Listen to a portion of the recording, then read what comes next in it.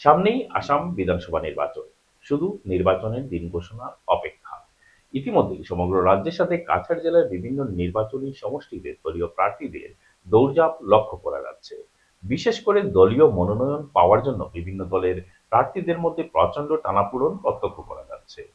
কাছাড় জেলার ধলাই বিধানসভা আসনে ইতিমধ্যে বিজেপি দলের বিভিন্ন টিকিট প্রত্যাশীরা তাদের দাবিপত্র দলীয় হাইকমান্ডের কাছে জমা দিয়েছেন।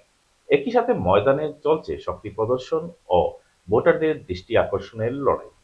ধলাই বিধানসভা কেন্দ্রে কংগ্রেস দলের পক্ষ থেকে তেমন কোনো দৌড়ঝাঁপ লক্ষ্য করা না গেলেও বিজেপি দলের মনোনয়ন প্রত্যাশীদের মাঠ চষে বেড়াতে দেখা যাচ্ছে। এই আসনে বিজেপি দলের মনোনয়ন প্রত্যাশীদের তালিকা অনেক থাকলেও বিশেষ করে দুটি নাম বারবার উঠে আসছে। এই দুই প্রার্থী হলেন বিজেপি দলের বর্তমান বিধায়ক নিহার রঞ্জন দাস এবং দলের বিশিষ্ট নেতা অমিয় কান্তি দাস। এখন শুধু সময়ের অপেক্ষা, দলীয় টিকিট কার ভাগ্যে জুটবে।